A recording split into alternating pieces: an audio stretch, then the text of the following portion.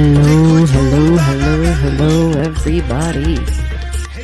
Welcome. This is G, and we got to talk about the upcoming Uranus retrograde. Uranus retrograde will occur. You see on my screen there, September 1st. I might be getting a little pixelated, but there we go. That's when the retrograde begins, September 1st. Okay? Hits 27 degrees and 15 minutes in the sign of Taurus. And Earth energy, and yes, that means the planet itself is part of this. And, Taurus isn't just the Earth, but think of the Earth itself. Think of all the beauty, the natural beauty, the resources, right? The values that we have within the planet. And what about Uranus? Uranus retrograding. What about Uranus all by itself? What about this planet all by itself? You know one of the keywords? Put some in the comments down below. And while you're there, let me know where you're watching from. Uranus energy is known to be the awakener. Its job is to upset and change the status quo. Its job is to shake things up. It's to make things all of a sudden unstable because of the change, and it's sudden change. It's like we feel like we've been blindsided. Out of nowhere, this change all of a sudden happened. So think about it in terms of Taurus energy.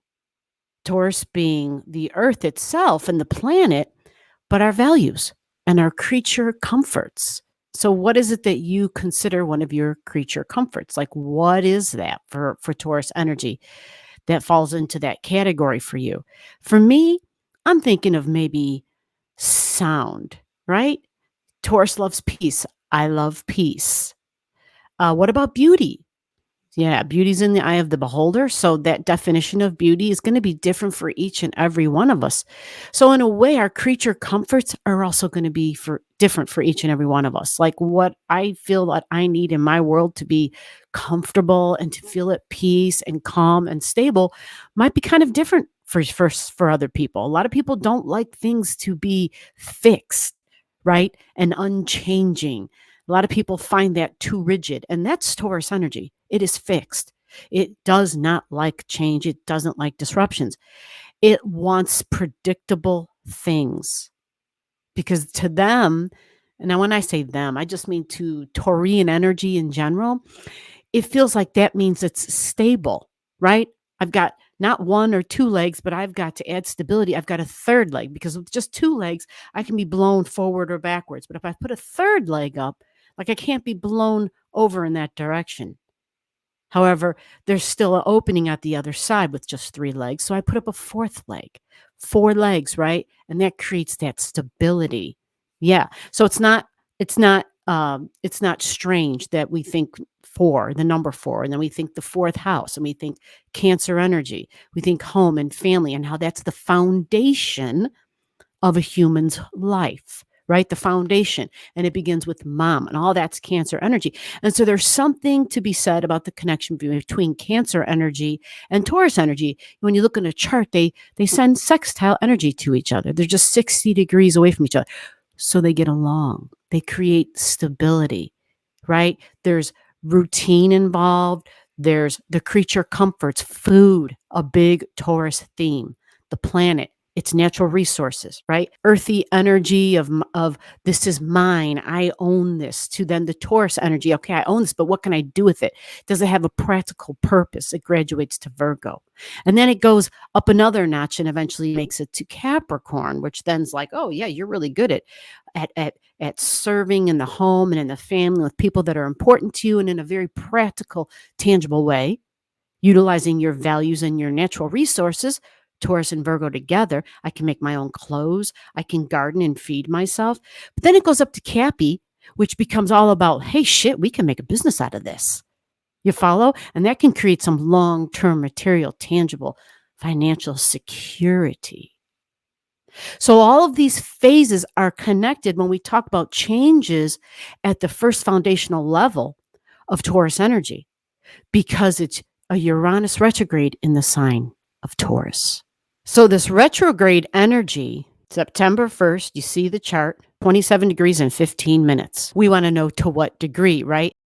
To 23 degrees and 15 minutes. Okay. So we're going to just mark that in. We'll just put like a little mark right there and we'll say that's where the retrograde ends. Okay. So in this chart, we see that a retrograde is shown by the red numbers of the Uranus energy. And there's Uranus and it's in red. Okay. So that's how we know it's retrograding. So this retrograde, basically what we want to understand more clearly is if Uranus is to disrupt something, it's to change something up, and it's in Taurus, we know it has to do with our values. So it can have to do with the Earth itself. And that literally can mean changes within the planet itself. And if Uranus is the awakener, it literally shakes things up. Sometimes we think, oh shit, could that mean like literal shakeups, like physical shakeups? Like if something gets shooken up, what kind of an earth event do you think of when things get shooken up? Okay. But it's not limited to just that. And I only mention that because I know here where I'm at, in the month of July, which is actually when I'm recording this video, we had an entire week down of technology. There was like a major thing within Microsoft systems and a shutdown everywhere. I lost power here in the home.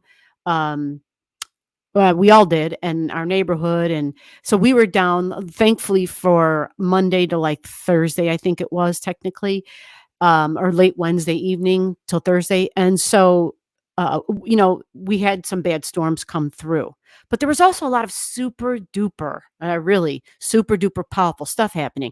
We had Pluto and Uranus trining Sedna in Gemini, like exact trines. And so a big shakeup, because that's Aquarius energy. Uranus rules Aquarius. So a big shakeup within technology.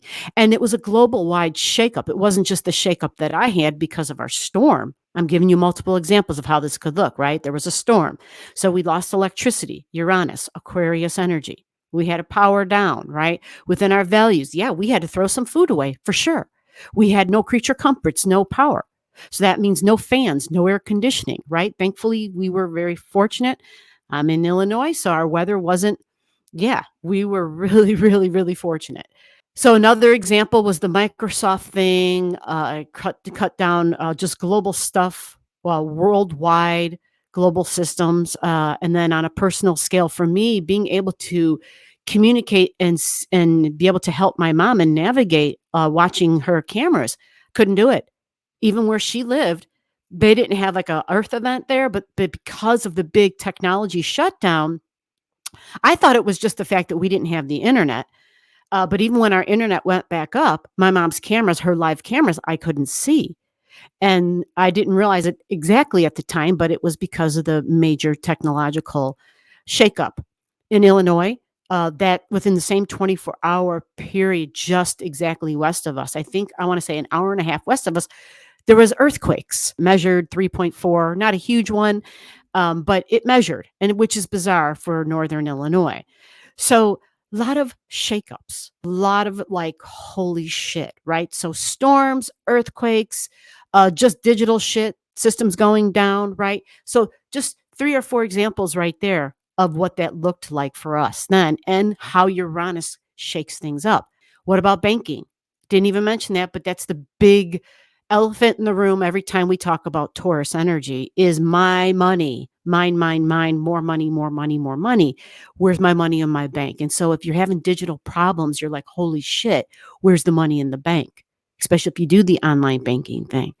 The other thing is even on YouTube, we had problems, big time problems. Even when my internet finally got up and running, there were still problems. Videos I had just uploaded disappeared. I know. It was just like one hellified week. That week and that weekend, it was just too much. And it was like there was just shit on top of shit on top of shit of technology where I thought, this is a divine break for me, and I'm just going to see it as that. And so that is exactly what I did. It was great, actually, having a break, but at the same time, stressful in different ways and trying to help my mom.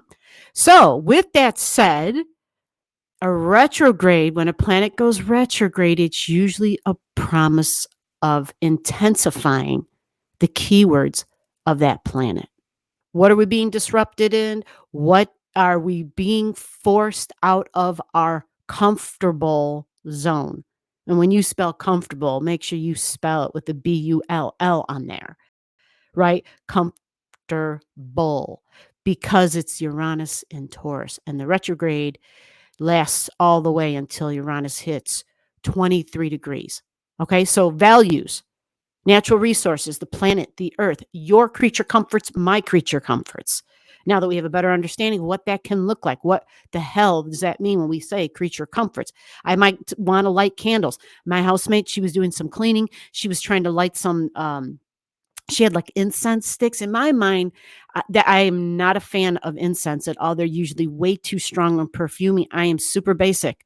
Give me some old fashioned sage, sweetgrass, some cedar. Like that's all. I don't want any of the other extra stuff. It's too much for me. And then other people may think that what I like, they don't like, right? Like one of my housemates, they would prefer to light those incense, and to me, it's just too damn much. I don't like it. So everybody has their own idea of creature comforts, and so for you in your life, how to specify what a Uranus retrograde will look like has to do with what it is that you find of value. What is it that gives you peace? And then, of course, where does 27 degrees of Taurus sit in your chart? But more specifically, 27 to 23 degrees of Taurus. Where does that sit in your chart? All right. And that's important because that tells you a little bit more of the details as to where this will affect you in your life. So, as an example, on this chart, the 27 degrees of Taurus would be in the 12th house of this chart, because in this chart, the 12th house began at 21 degrees. See the line here, if I can get my arrow to move.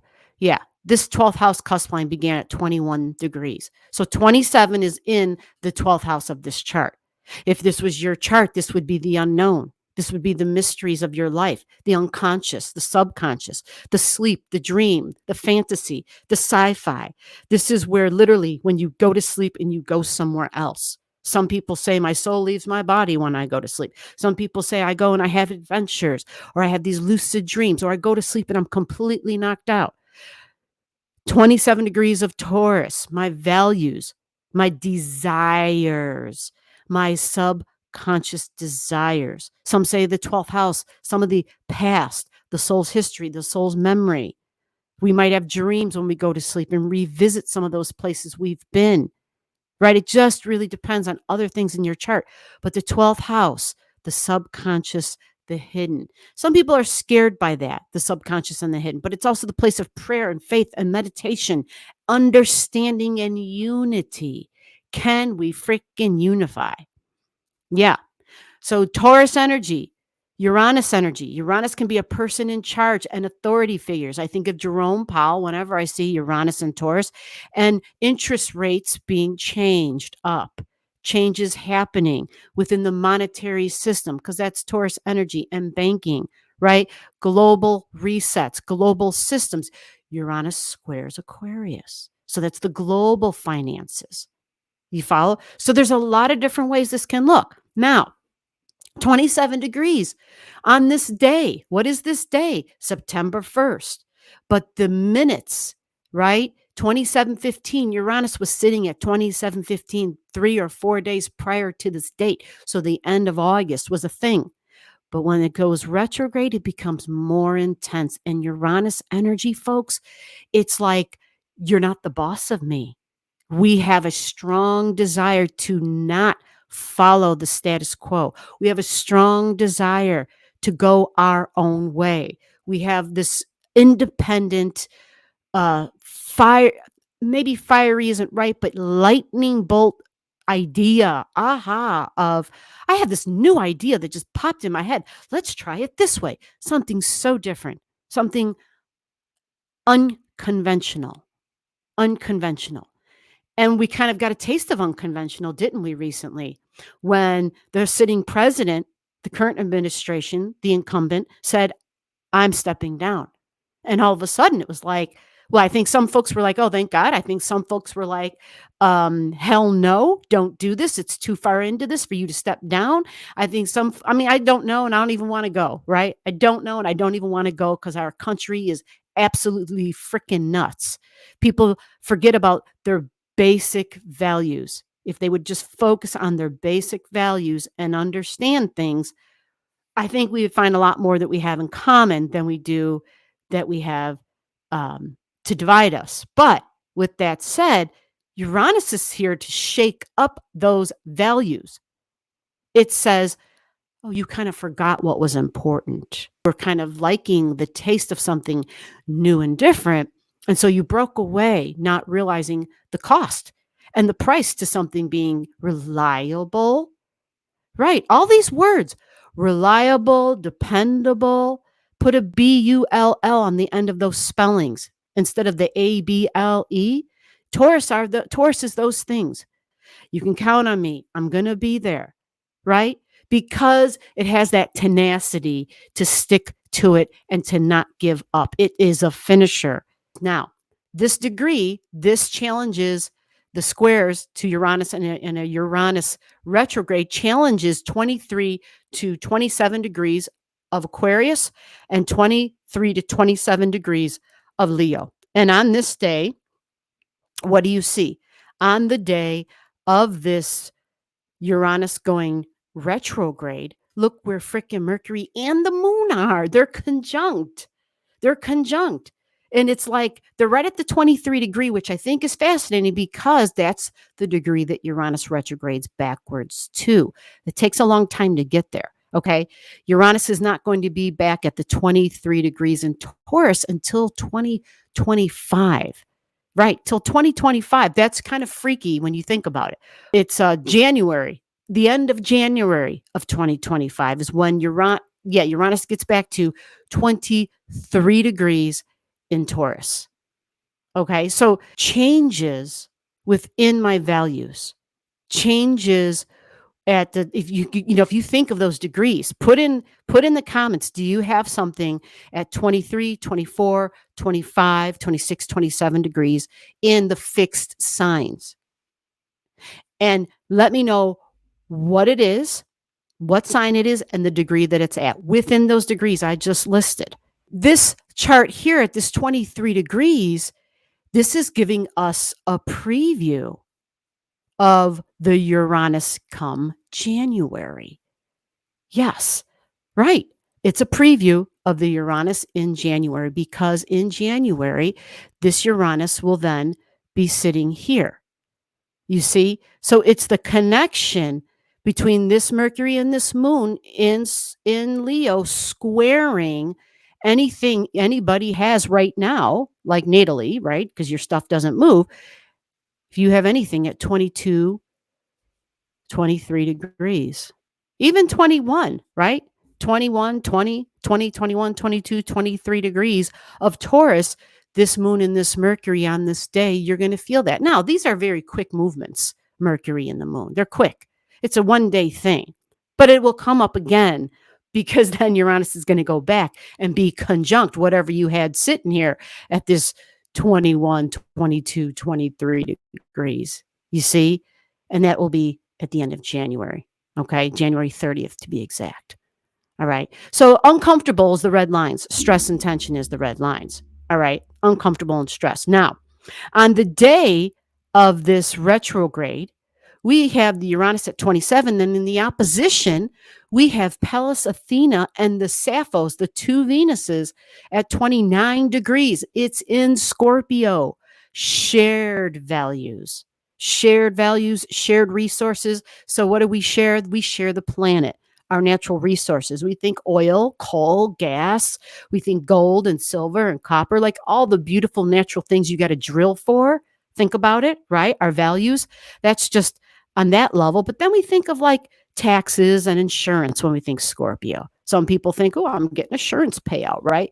Possibly, but sometimes there's a destruction when that happens if you get an insurance payout, right? Sometimes somebody actually dies when we get an insurance payout, right? So Scorpio energy and the insurance monies. So this is a big opposition, right? A big opposition. And we've been hearing about insurance rates going up in homes, insurance rates going up in automobile, insurance rates just going up, right? And so for you, this may be a thing if you got something in those later degrees in Taurus and Scorpio, right? 27, 28, 29 degrees. It's a shakeup. It's maybe a shock when I open the letter. Uranus can be, again, somebody in charge and an authority figure and even a boss at the job, right? I mentioned Jerome Powell in the beginning, the boss of setting the monetary, the interest rates, which affects right now the world globally because it's the United States, and that's just how things function at this time.